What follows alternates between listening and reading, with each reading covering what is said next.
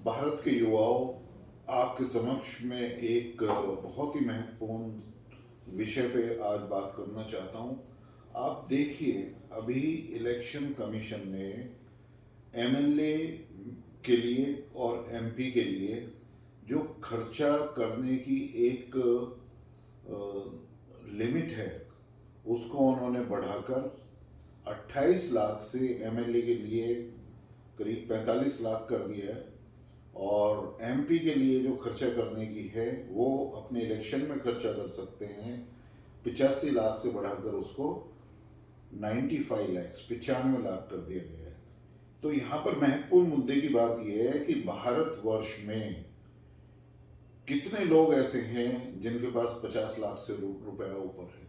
मेरे ख्याल से 0.5% भी लोग ऐसे नहीं हैं जिनके पास 50 लाख से ऊपर है। इसका मतलब ये है कि करीब 99% लोग जो हैं वो इलेक्शन नहीं लड़ सकते, क्योंकि उनके पास में इतना पैसा है ही नहीं। इसका मतलब ये है कि एक तरीके से जो इलेक्शन कमीशन ने पैसे की जो सीमा बढ़ाई है, या तो उसमें पार्टी योगदान करेगी या फिर कहते हैं कि जो है ना लोग चंदा देंगे। लेकिन पार्टी को चंदा देने वाले लोग ज़्यादातर वही लोग हैं जिनके पास में काफ़ी पैसा है। तो ये महत्वपूर्ण मुद्दे की बात है कि आज एक आम आदमी, एक कॉमन आदमी इलेक्शन भी नहीं लड़ सकता, क्योंकि उसके पास कम से कम एमएलए के इलेक्शन के लिए उसे खर्च करने की सीमा जो है वो 45 लाख है, और एमपी के लिए 95 लाख है। तो इसका मतलब इतना पैसा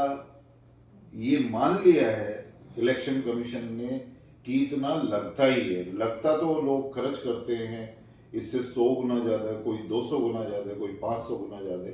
लेकिन ये एक जो मानक निर्धारित किया है वो ही इतना बड़ा है कि एक गरीब आदमी, एक आम आदमी ये सोच ही नहीं सकता कि वो पॉलिटिक्स में आएगा, राजनीति में आएगा, क्योंकि ना तो इतना पैसा उसके पास होगा, ना वो इलेक्शन में लड़ पाएगा, ना पार्टियां ही उसको अपना उम्मीदवार बनाएंगी।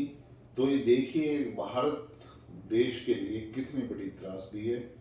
और इसमें मैं आदरणीय प्रधानमंत्री जी और जो आज एक जितनी भी पार्टी है, जो उनके अध्यक्ष हैं और जो उनको आगे बढ़ा रहे हैं, इन चीज़ों का उन्हें ध्यान रखना चाहिए कि एक तो उनके उम्मीदवारों का कोई भी क्रिमिनल रिकॉर्ड नहीं होना चाहिए, उनके खिलाफ कोई भी आपराधिक मामले नहीं होने चाहिए। ऐसे उम्मीदवारों का चयन करें जिससे एक आज हमारा जो युवा है उसकी तरफ को आकर्षित हो सके,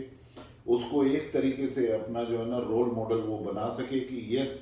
ये ईमानदार लोग हैं, इनका क्रिमिनल बैकग्राउंड नहीं है, ये पढ़े लिखे लोग हैं, ये एक आम आदमी है जिनके पास में पैसा नहीं है, वो भी इलेक्शन लड़ सकते हैं। इसकी बहुत ही आवश्यकता है।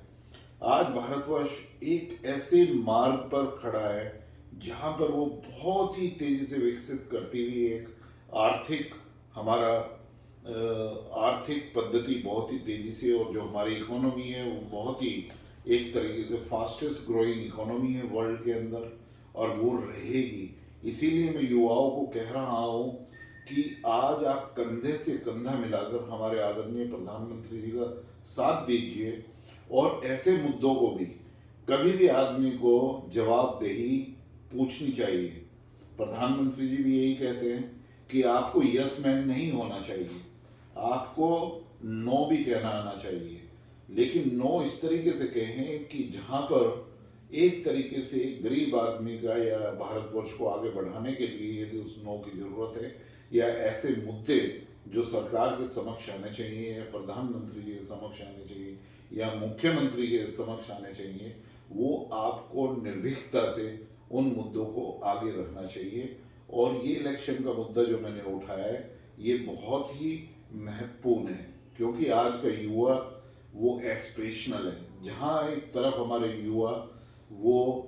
एंटरप्रेन्योरशिप कर रहे हैं, स्टार्टअप बना रहे हैं, नई नई कंपनी खड़ी कर रहे हैं, और आपको देखना होगा कि पेंडेमिक में, कोरोना में, जहाँ पर पूरी दुनिया में एक तरीके से इकोनॉमी रिसेशन में गई, एक सेटबैक इकोनॉमी को लगी, लेकिन भारतवर्ष के युवाओं ने, भारतवर्ष के जो स्टार्टअप इकोसिस्टम है, उसने करीब 70 यूनिकॉर्न खड़ी कर दी है, जो वर्ल्ड में एक एग्जाम्पल है। यूनिकॉर्न उस कंपनी को बोलते हैं जिसका कम से कम $1 बिलियन का वैल्यूएशन है। और $1 बिलियन का वैल्यूएशन का मतलब है कम से कम वो कंपनी 7.5 से पौने 8 हजार करोड़ की कंपनी है। तो आप देखिए भारतवर्ष में पैंडेमिक के बावजूद इतनी यूनिकॉर्न खड़ी हुई हैं। तो ये हमारे युवाओं का या हमारे परिक्रम का या भारतवर्ष जो आज एक बहुत ही महत्वपूर्ण रोल पूरे विश्व में कर रहे हैं, उनका ये होना चाहिए कि इलेक्टोरल रिफॉर्म्स, और वो ऐसे ही उम्मीदवारों को चुने किसी भी लेवल पे, चाहे वो डिस्ट्रिक्ट लेवल पे हो या असेंबली लेवल पे हो या एमएलसी लेवल पे हो या फिर हमारे जो है ना लोकसभा के इलेक्शन में हो, कि वो काबिल उम्मीदवारों को ही अपना रोल मॉडल और चुने और अपनी वोट। और एक युवाओं से और मैं एक बात कहना चाहूँगा कि आज का युवा बिल्कुल एक तरीके से वो इलेक्शन प्रोसेस में हिस्सा ही नहीं लेना चाहता। ये बहुत ही गलत बात है। देखिए, यदि आप चाहते हैं कि भारतवर्ष में भ्रष्टाचार खत्म हो, यदि आप चाहते हैं कि काले धन की भारतवर्ष में समाप्ति हो, यदि आप चाहते हैं कि एक तरीके से बेनामी प्रॉपर्टी नहीं होनी चाहिए भारतवर्ष में, तो आपको आगे बढ़कर आना पड़ेगा। आपको दिखाना पड़ेगा कि इन सब चीज़ों को हटाने के लिए एक पॉलिटिक्स में यदि आपको आना है, तो आज ईमानदार आदमियों की, काम करने वाले कर्मठ आदमियों की और एक इंटेलिजेंट पढ़े लिखे आदमियों की ज़रूरत है हमारे पॉलिटिक्स में। क्योंकि भारतवर्ष जिस तरीके से आगे एक तेज बढ़ती हुई आर्थिक व्यवस्था है, वो 2030 तक हम नंबर 3 की इकोनॉमी बन जाएंगे। आज भारतवर्ष छठे पायदान पर है इकोनॉमी में, और जिस तरीके से हम आगे बढ़ रहे हैं उसमें हमें पूरी उम्मीद है कि चाइना और यूएसए के बाद में भारत 30वें नंबर की एक आर्थिक व्यवस्था 2030 तक बन जाएगा। और जो प्रधानमंत्री जी का सपना है कि 2024-2025 में 5 ट्रिलियन इकोनॉमी हम बने, वो हर हालत में हम बनेंगे। लेकिन उसके साथ साथ हमें देखना है कि हमें हर स्तर पर, सामाजिक स्तर पर, एक तरीके से पॉलिटिक्स के स्तर पर, जुडिशरी के स्तर पर, पुलिस के स्तर पर, कहाँ किन किन चीज़ों में हमें जो है ना उसमें इम्प्रूव करना है और एक प्रगति दिखानी है। तो इन्हीं सब चीज़ों को ध्यान में रखते हुए फिर से एक बार सभी युवाओं को यही मैं कहना चाहूँगा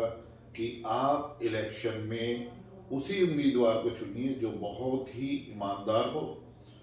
कर्मठ हो, आपके लिए उसको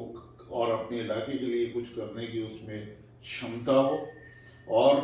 कोई भी उसके ऊपर कोई भी आपराधिक मामला नहीं होना चाहिए, और वो अपनी क्षमता से ज़्यादा जो है ना पैसा, यदि उसने ब्लैक मनी और ये धन कमाया हुआ है तो उसको आप वोट बिल्कुल मत दीजिए। इन्हीं शब्दों के साथ में धन्यवाद।